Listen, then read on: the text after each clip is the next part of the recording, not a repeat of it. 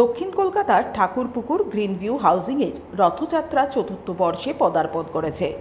রথ টানার জন্য হাজার হাজার ভক্ত উপস্থিত ছিলেন রথের দিনে। জয় জগন্নাথ ধ্বনির সাথে রথের দড়িতে টান দেন ভক্তবৃন্দ। উপস্থিত ছিলেন পুরীর শঙ্করাচার্যের 7 জন পুরোহিত। স্থানীয় বিধায়ক শঙ্কর শিকদার উপস্থিত ছিলেন এই রথযাত্রার অনুষ্ঠানে। Bureau report, 99 news Bangla.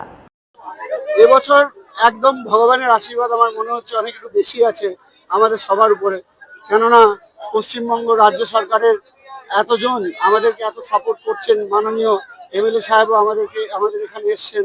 তাছাড়া সোমনাথ ব্যানার্জি স্যার, তারক ব্যানার্জি স্যার, উজ্জ্বল বলাল স্যার, আরও অনেকে, দীনাদি, অরিজিৎ দা, আরও অনেকে এসছেন। সবার নাম কমল সিংজি। এটা একটা দারুণ একটা ব্যাপার আমাদের সবার জন্য, এবং এটা যেমন একদিক থেকে খুব সাপোর্টিভ ব্যাপার। এই জিনিসটা আমাদের উৎসাহ আরো বাড়ায়, রথযাত্রা অনুষ্ঠান যাতে আরো ভালো হয়। আশা করব পরের বছর আমরা মাননীয় মুখ্যমন্ত্রী সাহেবকে এখানে নিয়ে আসতে পারবো। আমার আপনাদের মাধ্যমে মেসেজ থাকবে, এই জগন্নাথের পুণ্য তিথিতে বেহালার সমস্ত মানুষ আজকে রাস্তায় জয় জগন্নাথ বলে সবাই আত্মহারা।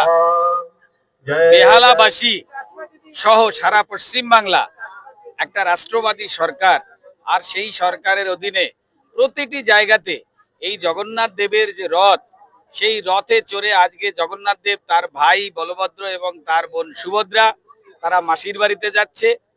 সবার কাছে একটা আনন্দের দিন। আর এই আনন্দ ঘন মুহূর্তে প্রত্যেক বেহালাবাসী তারা জগন্নাথ দেবের কাছে, প্রভু জগন্নাথ দেবের কাছে তারা প্রার্থনা করছে।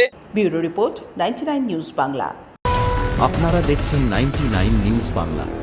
বদলাবো আমরা।